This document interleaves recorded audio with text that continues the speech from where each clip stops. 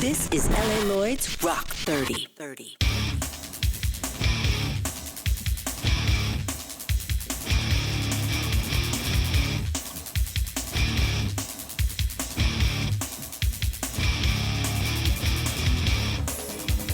Hey, it's L.A. Lloyd. It's been a bit since we had Jonathan and Aaron from Kingdom Collabs on the show, actually 3 years ago, and they're actually on tour right now. So good to see you, and we got a little catching up to do today. Yeah, stoked to be back. Yep. So, 3 years goes by pretty quick, obviously. I mean, I have kind of seen you out and about, at some clubs there, Aaron. I've seen you here in Austin a few times and down in San Antonio. But, maybe collectively, what's kind of happened for the audience to kind of bring us up to speed from 3 years ago to where we are today? Yeah, so the last year, so we signed with Mascot about a year ago. Ron Berman over there, the guy that signed Nickelback and all those bands back in the day, and really believed in the vision of what we were doing the last several years of just being a straightforward hard rock band, not concerned about the gimmicks or the mask or whatever. Just we're really about our songs, our music. So we believed in that. We signed with him, started working on the album, and here we are rolling out Survivor, which is the album title track, but also the radio single. So And it's cool. So that's been the past year, right? Signed the deal, album ready, all that. Then previous to that, as you know, we were going along independently, touring, funding everything, but finding the right partner like Mascot has been awesome. They've helped a ton, and really, like he was saying too, just really get our vision out there to the masses. Yep.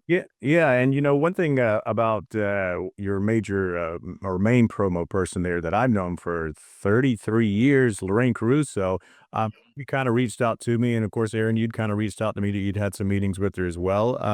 I was really happy to see that you guys got signed to Mascot, but like you said, man, obviously it's going from doing everything yourself to actually finally getting a team behind you and a major label there. So. Maybe what has changed a little bit dynamically, but obviously one main thing that just hasn't changed at all. Really, a lot of the inner workings of everything has been fairly similar to how business has been. As usual, another day in the office. But what we really noticed is the radio, like with Lorraine, that's been a huge difference, obviously. But a lot of the other things creatively, production wise, day-to-day stuff has been fairly the same, but that's kind of how we like it. We like to keep our hands on the wheel of Kingdom Collapse, Yeah. So, yeah, and to both of y'all's points too, radio has just been a huge part of helping us get out there. Like people think we're just in the streaming age, right? But really, with all genres, radio still has a huge component to each individual genre, and definitely in rock. Yeah. And when we've done radio, I feel like that's when we've been most understood as an artist. Is that's kind of the world we are meant for. Right, absolutely. And the biggest perception that people think, at least maybe they used to, maybe not so much as today, but somebody may think, oh man, Kingdom Collapse got a record deal, man. They're home free now. So obviously, what do you say to people who have that perception and maybe still give the pros and cons, because there's a lot of bands that feel like we can do it exactly as you guys were doing before getting signed. And that's definitely true. It is. I'd say it just depends on what the goals are for an artist, but a lot of the stuff is like, it's not just like, hey, Mascot waves a magic wand and, voila, but Yeah, it's still grinding. yeah, because and Mascot's been great with getting the music out there and all that. But we're still the ones, our band, our crew, the ones out on the road, still doing it like we have been. And that hasn't changed. So, like he said, the grind still continues, but it's a fun grind, because we're seeing growth. Yeah. And a lot of the creative ideas as far as how to market things, how to push them, a lot of those things we're still figuring out. Yeah, and I think I saw one of your reels the other day where you had to change a tire on your bus there. So nobody from Lado's out there doing that for you, were they? Yeah, no, we'll thank our guitarist David for that one. Yep.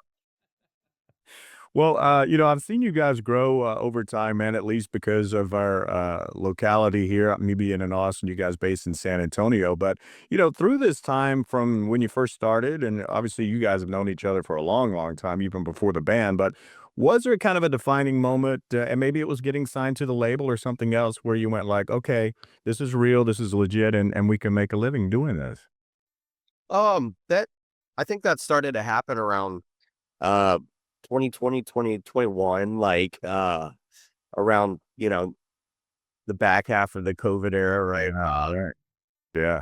We really started seeing things pick up, and you know, we've been doing this thing, what, 5 years later before we signed this deal, but we knew that around then. But in some form or fashion, we were never opposed to a label, but it ended up making sense, like aligning with what we wanted to do as a band. So Yeah. Yeah, I'd probably speak for a lot of us, but for me, for this band, it was when we did Welcome to Rockville, 2021. yep. Yeah. I mean, that was after COVID, so festival schedules got changed. That was like in November, but doing that, when we had a song actively at radio, we saw the impact of the right festivals, the right song, right radio. And that was a shift in our touring era of starting to get some really good tours. Soon after that, I'll never forget, we had this small run with Hinder out in like Montana, Albuquerque, Colorado. We were so stoked to just be out there. First night in was this sold out show in Great Falls, Montana. We show up, awesome venue, awesome sound, stoked to be there. It was like, dude, we could get used to this, you know what I mean? Then a month later, we went out for a 2-month tour with From Ashes to New, and then from then on, it just seemed like we just stayed on the road. We were gone 10 months that year, uh, and it was just grind, grind, grind, And grind. I will say too that we've obviously had great tours since then, but that Yep. From Ashes to New tour, that was the first like full tour, full solid great tour we did. Yeah, it was like 42 dates. Wow. And that was right before, man, I know you're close with them, but that was right when they had Scars I'm Hiding, but you could start to see them really explode to where they are now. Yeah, man, and I just think about, this venue here in Austin, Come and Take It Live, where I saw them open for 10 years, and of course, seen you guys play with them. And it's really amazing how you really grind and you grind and you grind, and now, look where they're at now. They're definitely on their way. They're opening with Shine Down on that big tour. So I mean, I guess that's got to make you optimistic, man, when you see your peers that, we're right there in the same place you were, and now seems like the trajectory is going the same way for you guys. I remember the last show of that tour. I was talking to Matt from Ashes to New, and he's like, y'all's trajectory reminds us a lot of how we were a couple years ago. And yeah, like no matter what kind of deal you sign, no matter what kind of way you want to slice it, you still have to work hard. You still have to always figure out what the next thing is and the next, plan. And That's and to not, I don't want this to come off conceited, but like we are meant, our music, everything, we're meant, I feel, for this, for radio, for rock radio. yeah. And that's why, going back to the mascot thing, we're thankful to be where we are now, because we are starting to see all of this snowball into bigger things. With them having more of that traditional radio approach to some things, like that was important to us. Right. Back in February, I was in Vegas and I met Rachel Cartwright from Atypical, and she and her husband were there, kind of seeing all the radio guys there. And then she's texted me a few times. She's been in San Antonio recently working with you, Jonathan. So let's step outside of Kingdom Collapse and talk about, that side of you as well, man, because she has nothing but great things to say about you and editing in the band. Yeah, I've been working. There's a whole handful of bands that I've been working with outside of our stuff after we completed the album. And because I'm always writing. So a lot of these bands, they want that big chorus or they want that, that sound to the mix or whatever. And actually our front of house guy, David McGilvery, is my production partner as far as all that. So we did the album and we did Atypical. I think we're like 5 or 6 songs deep with them now, in the last year. And then, yeah, I mean, always writing, right? So So PSA, if there's any bands out there looking for songs or production, hit them up. bangers. Yeah. Well, Aaron, I want to toss this question to you, man. You guys have known each other, like you said, for a very long time. Basically, grew up together. And Jonathan, I'll let you have a rebuttal here. But what's something about Jonathan today that makes you kind of, shake your head now, looking back, going like, man, I would have never seen that coming for him. And then Jonathan, I'll let you take the same poke there at Aaron, man. So I vividly remember. So he was playing. I've always been like on the business side with stuff. We've done stuff together. Been in bands, and we had the apartment in San Antonio. This was like a decade ago, Wow. and he was like, "I think I'm gonna start singing." I never doubted him, but I was like, "I've just seen you as a guitarist on stage." I was like, "But you put your mind to it, I knew he could do it." And then you fast forward, going through demos, writing songs and stuff, and seeing the first show. It's like, dang, you really did do the thing. Right? Yeah, like I started playing guitar when I was like 10 and um in and out of bands and trial and error through a lot of projects. But I was writing a lot of material but didn't have a band for it essentially. That was around 2016, 2017. I was like, I'm gonna jump in the deep end, sing my own stuff and see where this goes. I don't care if I have to start at the very bottom. I'm not afraid of putting in the 10,000 hours, or whatever it is. And fast forward now, yeah, it's been 10 years. But I think it takes every bit of that. Like the journey it's ongoing. You continue to always improve and get better and learn more techniques and all these different things. The learning never stops. Indeed.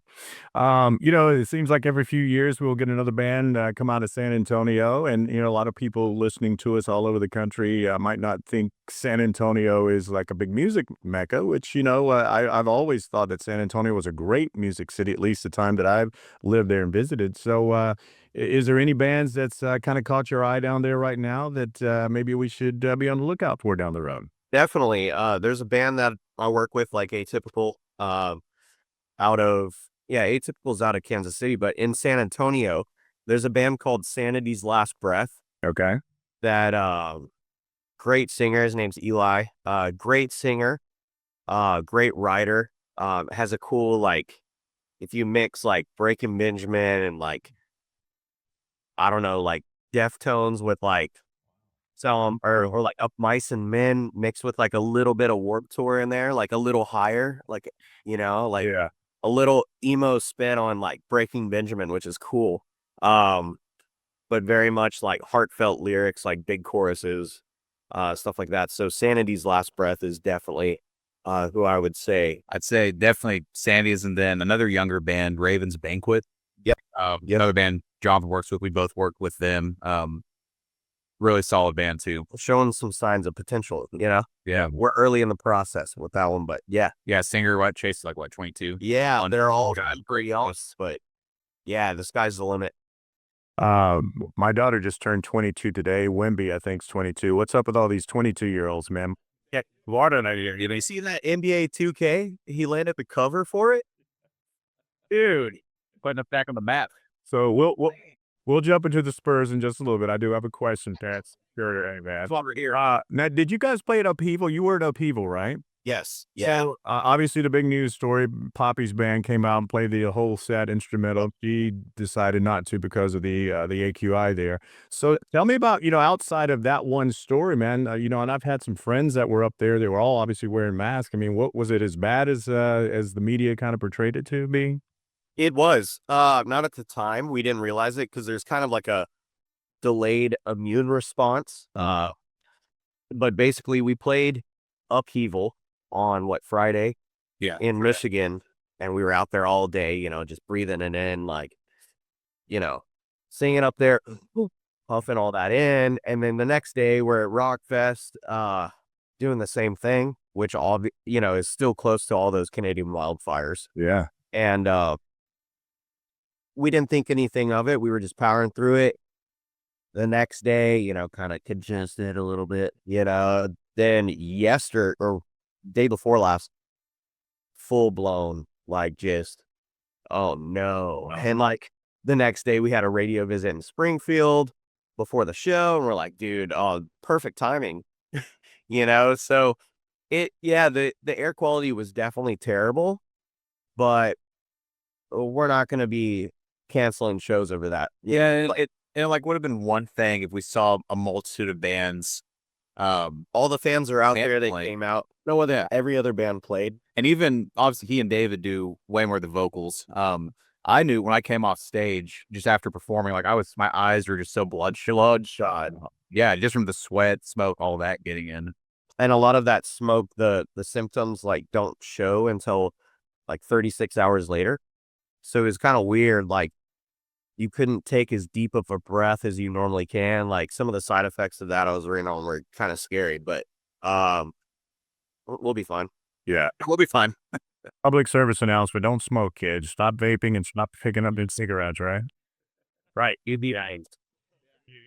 Think how I wanted to talk about the Survivor video for the new single, man. It's really good because, it's not just your typical performance video. I mean, obviously you have the couple there who get the news of, the cancer thing, and they are kind of, immersed in the video as you guys are playing in the rain and, showing it all the things that can come against you in life, man. And then of course we have the smile at the end, man. So tell me why it was so important to kind of have a storyline going along with, the lyrics of the song that I think a lot of people listening to it can relate to. Yeah. So essentially Survivor, going back to the heart of the song, that was written basically from a standpoint of looking back at, everyone has their own story, right? But looking back at things you've gone through that, struggles or dark times in life, and how those, you realize like when I face this again, or when I face anything like this, like I know I've been here before. I can do this. I'm not going to give up. And my story is different from Aaron's, different from David's, different from Gaston. But that overall message is still the same. And what's interesting too with the video is like, in a 3-minute song, you can't pack in every life situation. Right. Cancer thing, what's coincidental is, so if you remember Jason Minix from ESPN, he was one of the doctors in the video, and his wife had literally just gone through, I can't remember his breast cancer. She had cancer. Oh yeah. So it kind of struck home to him when we asked him. So that just happened to be something that made sense for the video, for the plot of it. Yeah, and everyone in the band, like, in some form or fashion, like cancer has affected every family. So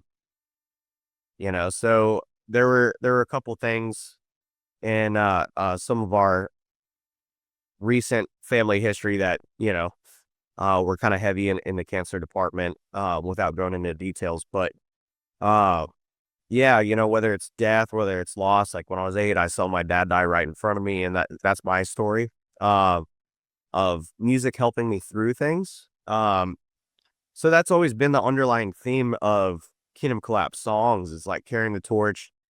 Music's helped me through. I want to help other people through with our music.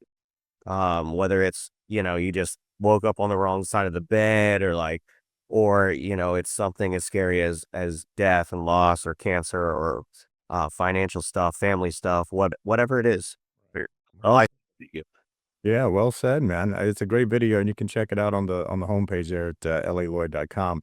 Okay, let's switch gears to Spurs, man. Obviously, we were all broken. They didn't bring home the trophy, man. But look, dude, we got a lot to look forward to. So, give me your take on the finals, and then let's talk about your predictions heading into the new season.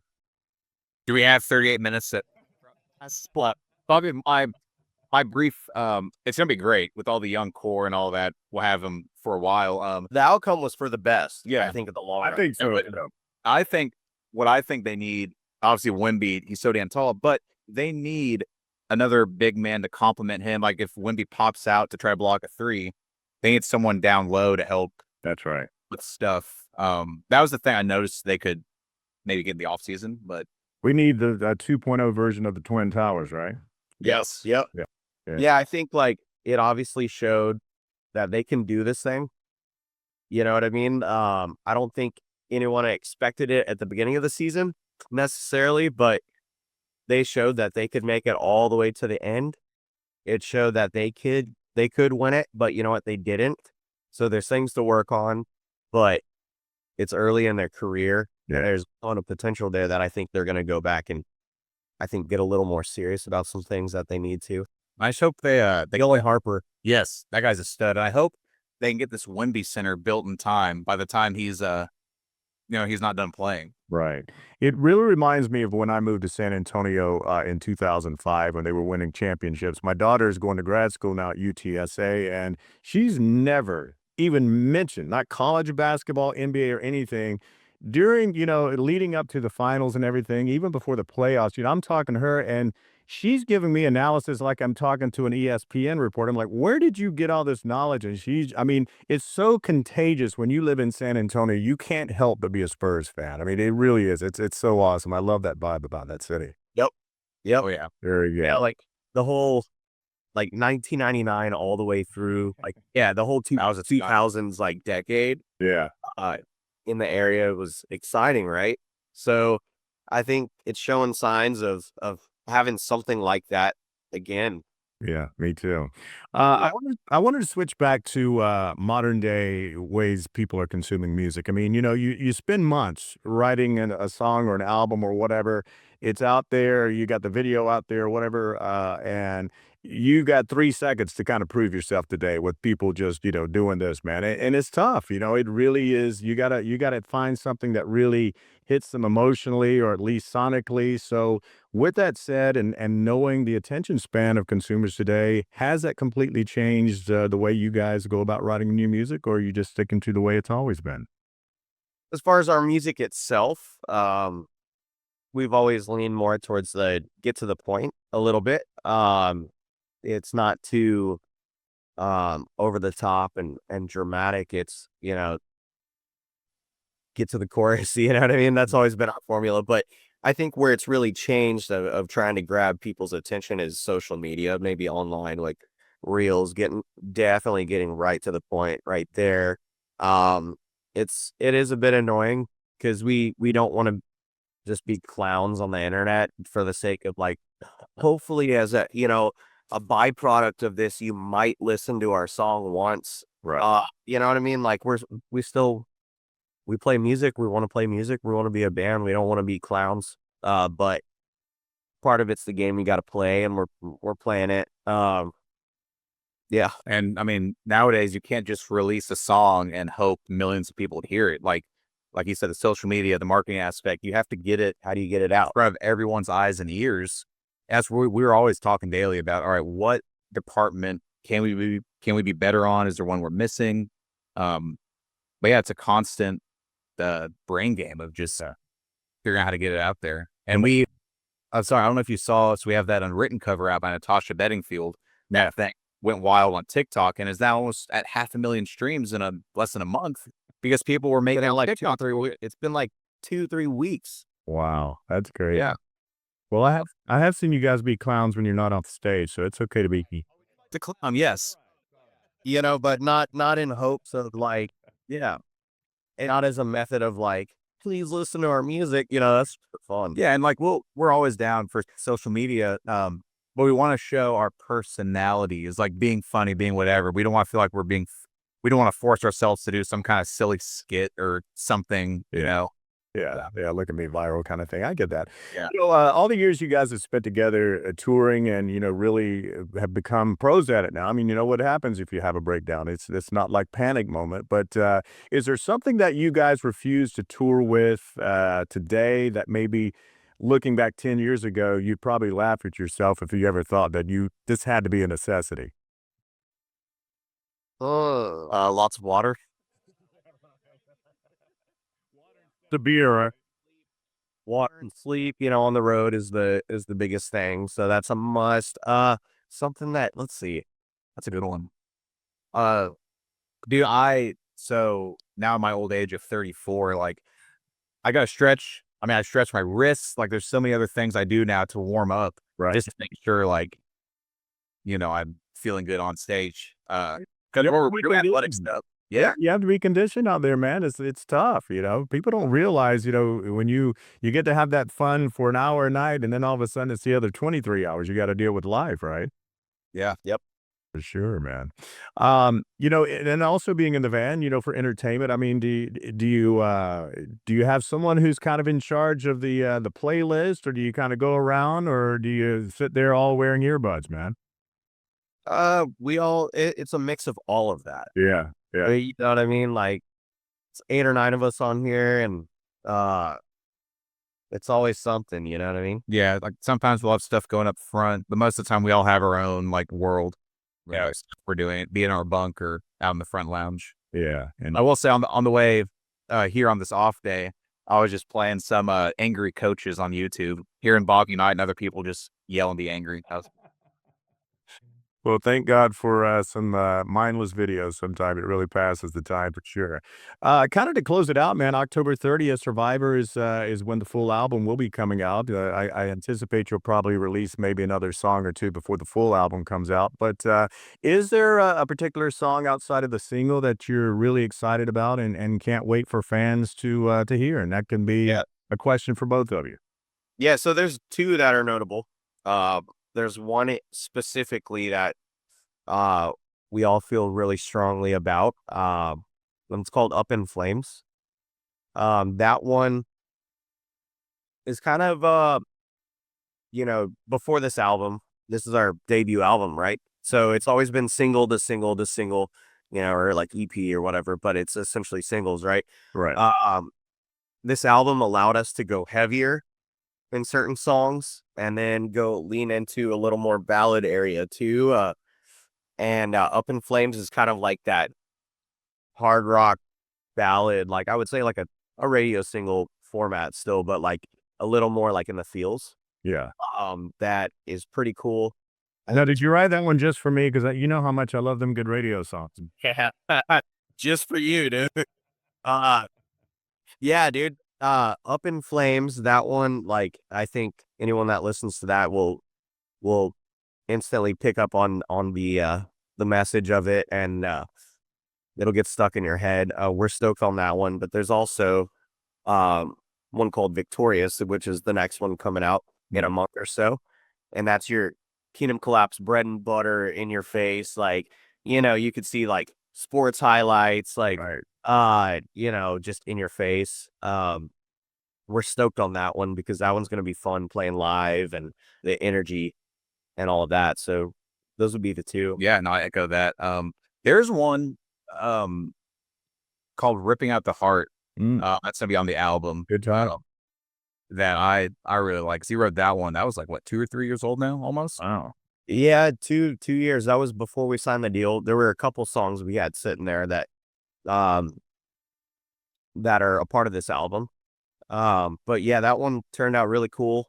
Every single song, there was the standard of like, look, we don't know how the process is gonna go of choosing singles or whatever. So like every single track we held to that standard of like, okay, if that any of these gets picked as a single, it's something we could live with. Oh, that's We a would great do, philosophy, man. you know, Great way to go on it, yeah. 13. And kind of to go back to earlier about streaming, releasing music now, it's like we're seeing, I mean, you've been seeing this with almost every rock band now. You release, I mean, almost half the album before the album comes out, right? So now we're learning to be more strategic with which ones we're putting out before the album to help get people stoked. Good idea, man. Well, I love the fact that you're really just tearing up on this current leg of the tour throughout the Midwest, man. Because every time I've seen a show anywhere in the Midwest, those fans up there is something about the Midwest. They love their rock and roll up there, man. And Yep. so I wish you the best on this tour. And when you get back down to our neck of the woods, definitely love to hang out with you again as we always do, and catch up, man. That sounds good. All right, man.